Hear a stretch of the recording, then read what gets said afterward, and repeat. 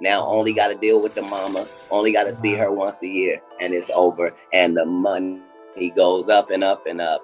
So they killed this $20 million guy, but they reaped $60 million in benefit. Beyonce's really not helping Chloe's project or Chloe's album. I think Beyonce should post because that's her artist, but Beyonce isn't obligated to post. And if Beyonce's post...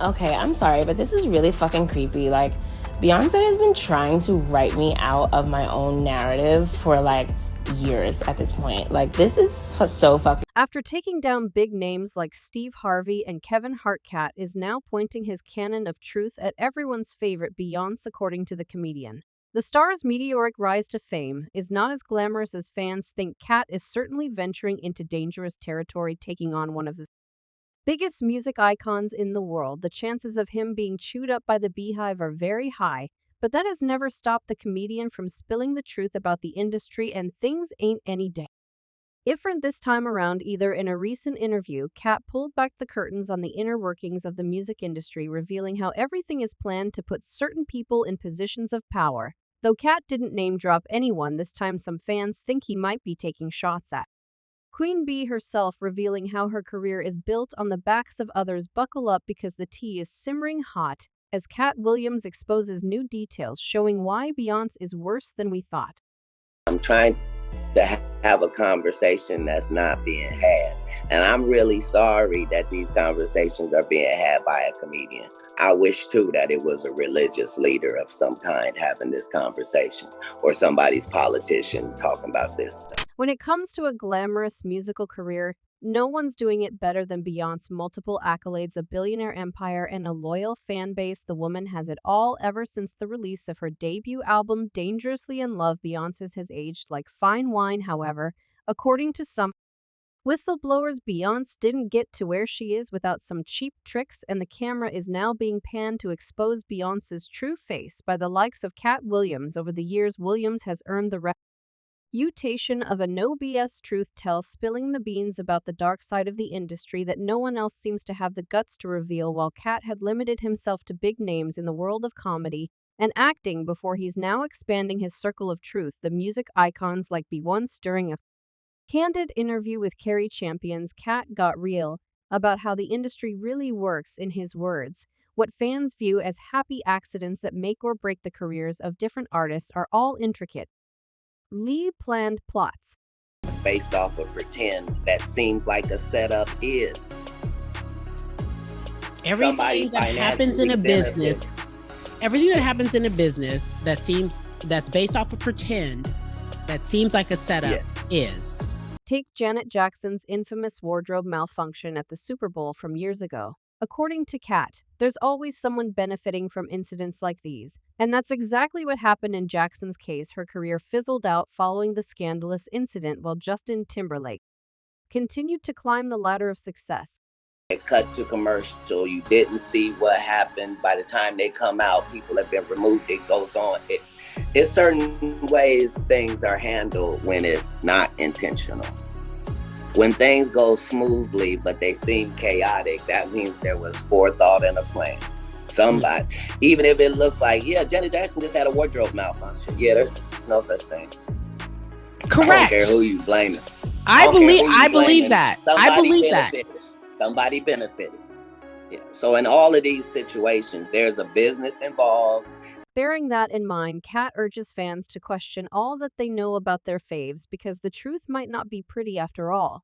And that includes Beyonce, what business they're in. Why would you think it would be weird if they flipped out and said a story that turned out to not be true? Over the years, the singer has carved out her own path in the industry like no other. However, that by no means implies that Beyonce's slate is clean.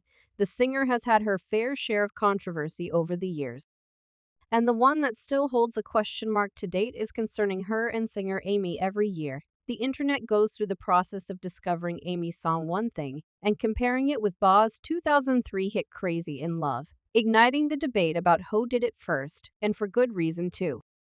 I always said she was the original Beyonce. Beyonce stole her steez. Oh, you think so? Look at Crazy in Love video and look at A. Marie, Why We Fall in Love. It doesn't take a genius to spot the similarities between the two songs, and that's where the problem lies. You see, fans have concluded that Beyonce is the one to blame for Amy's short-lived music career, For those of you who don't know, Amy is a Korean-American singer who gained instant recognition for her unique voice back in the 2000s with product Rich Harrison by her side. The singer released a total of 4 albums. Her sophomore album, Touch, showcased her one of Ain's style, better known as the go-go style, which was later used by the likes of J-Lo and Beyonce. Go-go is a genre native to Washington, D.C., and is well recognized through the Maryland and Virginia areas from all angles. It seemed like Amy was destined for greatness, with the most iconic musicians taking inspiration from her music.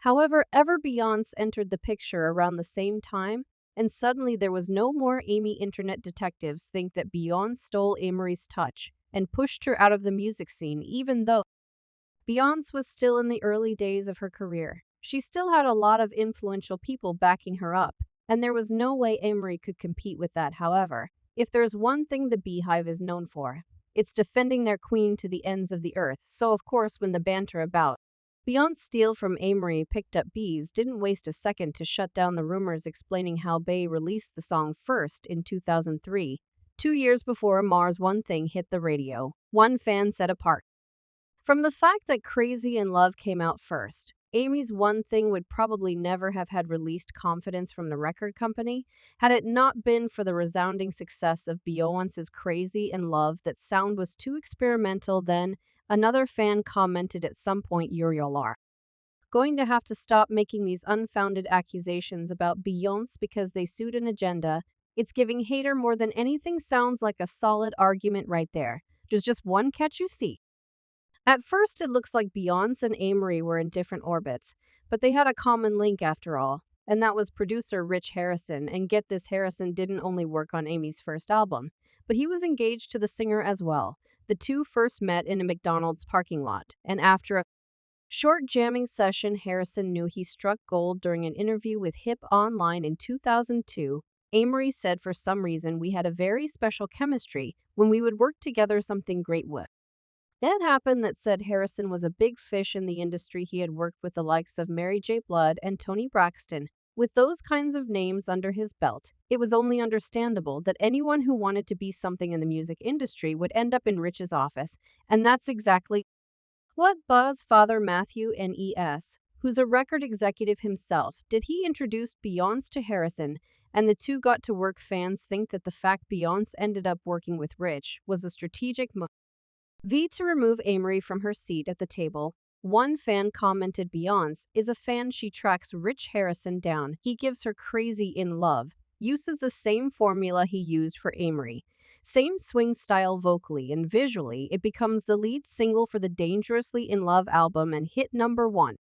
Stays on the charts for 27 weeks. The fan continues writing. 2005 comes along. Amy drops her sophomore album, Touch. The lead single is One Thing, which bears a striking resemblance to Crazy in Love. It's Amy trying to reclaim a sound that was hers in the first place. But B has already hit the stratosphere, so the Hive's argument about B releasing the song first doesn't really hold up. Like Katt said, the music industry doesn't work the way we think it does. Some songs are not necessarily born prior to their release. Sometimes producers keep certain ideas in the vault for years, waiting for the right artist to come along, and that seems to be what happened here.